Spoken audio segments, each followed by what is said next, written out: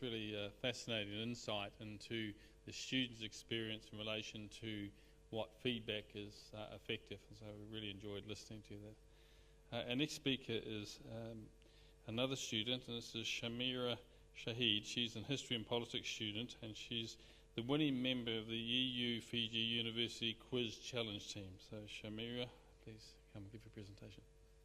My name is Shameera Shaheed, and I am indeed very much honored to be standing here in front of you all today.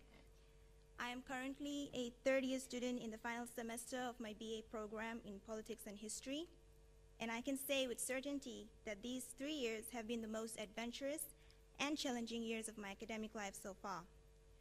Being the first in my family to attend a university as prestigious as this has also pushed me to try and do my level best in terms of my academic and overall holistic performance.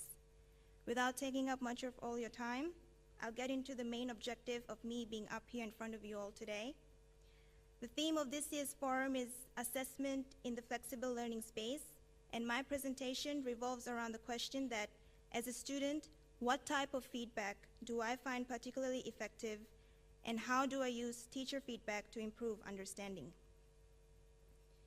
To start off, I want to establish why I believe that feedback is an important part of the learning process.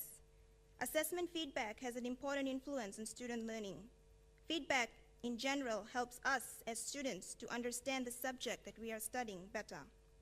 Also, feedback acts as a form of guidance on how students can improve their learning. Academic feedback is more strongly and dependably related to achievement more than any other aspect of the learning process is. This relationship is seen to be consistent regardless of grades, socioeconomic status, race, or school setting. It can also greatly improve a student's confidence, self-awareness, and enthusiasm for learning. Effective feedback during the first year in university especially can aid the transition to higher education and may support student retention. Provided students do engage with feedback, feedback does have the potential to enhance learning and improve assessment performance in the academic sphere.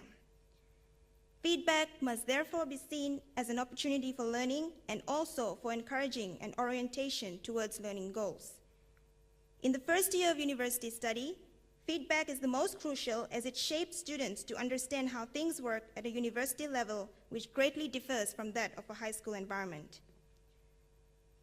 For me, I find feedback that I receive in the first assignment of my courses to be particularly useful, as it helps me to identify what my lecturers look for and what their expectations are in his or her particular coursework. It basically adds a foundation for expectations that are required of me as a student. For every lecturer, the requirements are different, which is why I ensure that I read all the feedback I receive from each unit that I take to understand their different requirements and act on them to meet their expectations. Being in a field of politics and history, feedback was exceptionally important to me for me to devise what my assignments were lacking or if I had answered the question properly without straying too much. Lecturer or tutor feedback should be given the utmost importance, as lecturers and tutors also do take out time to mark and provide feedback on the individual works of the many students that they teach, and this in itself should be respected. I would at times take the initiative of emailing or personally visiting my lecturer if I needed further clarification or was somehow disheartened with how I had performed. And this is where I decipher that it is important for each and every student to be able to accept and act upon the feedback that they receive. Positive feedback allows students to be able to identify their strong points and maintain them. Positive feedback also builds upon the enthusiasm that students have to continue to do the good job that they are doing. But students should also be able to take in negative comments and not be disheartened by them, as negative comments are more constructive and are aimed at giving students a scope for improvement for higher performance in assessments. I was never disheartened or pulled back by criticism. Instead, I chose to use it as a stepping stone to improve the quality of my work.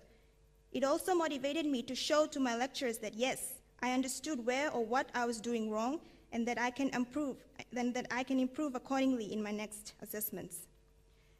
I strongly believe that the so-called negative feedback can be used as a definitive guideline to correct one's mistake and improve the overall quality of their work. Actually, it also depends on the perspective, as negative feedback is synonymous with constructive criticism. Being able to use these feedbacks irrelevant of their nature, I was able to gain a deeper understanding of the underlying concept and what objectives and study goals my lecturer or tutor was driving us to achieve. It allowed me to create a mental structure which I would abide by for the coming assessments. So ladies and gentlemen, I leave you with my thoughts and experiences, and I urge especially students to make the most of the feedback that you receive, because it is important, because it helps to improve the quality of your work. Thank you.